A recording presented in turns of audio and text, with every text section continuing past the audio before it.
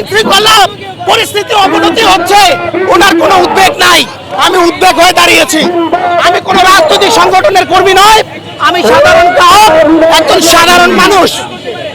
আমি আমার মত প্রকাশ করার জন্য এখানে যারা আসছে, এই যে দেখেন আপনারা, দেখেন আমার ব্যানার ছেড়ে নিয়ে গেছে। তারা কারা? আমি কোনো রাজনৈতিক দলের কর্মী নয়, আমি একজন সাধারণ বাংলাদেশী নাগরিক। দেশের বর্তমান আইন শৃঙ্খলা পরিস্থিতি নিয়ে আমি উদ্বিগ্ন, পদত্যাগ চাই। এটা আমার নৈতিক দায়িত্ব। আমি এদেশেরই ভোটার, এদেশে আমার জন্ম, আমি এটা চাইতেই পারি। বর্তমান পরিস্থিতি 18 কোটি মানুষ অবগত, দেশ কোন দিকে যাচ্ছে, আইন শৃঙ্খলা বাহিনী কোথায় কোন দিকে যাচ্ছে, প্রশাসন কোন দিকে যাচ্ছে।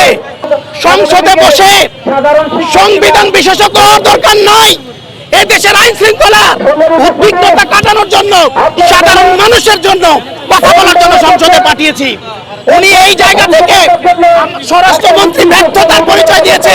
আমি ওনার পদত্যাগ দাবি করি। আমি পদত্যাগ চাই। পরিস্থিতি নিয়ে আমি উদ্বিগ্ন। আমি আমার মত প্রকাশ করার জন্য এসেছি। আমার ব্যানার ছেড়ে নিয়ে গেছে, তারা পরিচয় দিয়েছে ছাত্রদল। আমি মনে করি ছাত্রদল না, আওয়ামী লীগের কোনো না কোনো প্রেতাত্মা। আপনাদের কাছে আমার এটা অনুরোধ রইল, আপনারা দেশবাসীকে জানিয়ে দেন তারা কারা। 17 বছর নির্যাতিত হয়েছি, আবার আমরা নির্যাতনের শিকার হব। তাহলে আওয়ামী লীগ চলে গেছে, আওয়ামী লীগের প্রেতাত্মা কিন্তু এদেশে এখনো রয়ে গেছে। যদি তাই না হয়, তাহলে 17 বছর মানুষের বাক স্বাধীনতা ছিল না, এখনো কি মানুষের বাক স্বাধীনতা নাই? আমি এদেশের জন্ম, আমি এদেশের নাগরিক হিসেবে আমি কি আমার মনের মত প্রকাশ করতে পারি কিনা, এটা আমি সকলের কাছে প্রশ্ন রাখলাম। আমি এসেছি টিভির একটি রিপোর্ট অনুযায়ী 1 মাসে 605টি খুন, যার মধ্যে আইন শৃঙ্খলা বাহিনী কোন খুনিকে প্রকাশ্যে ধরতে পারে নাই।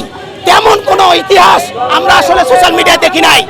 আমাদের শিশু নির্যাতন, আমাদের দর্শন, এগুলো কিন্তু অহরহ চলতেছে। আমরা কোথায় আছি? আমার নাম মোহাম্মদ নুরুল আমিন।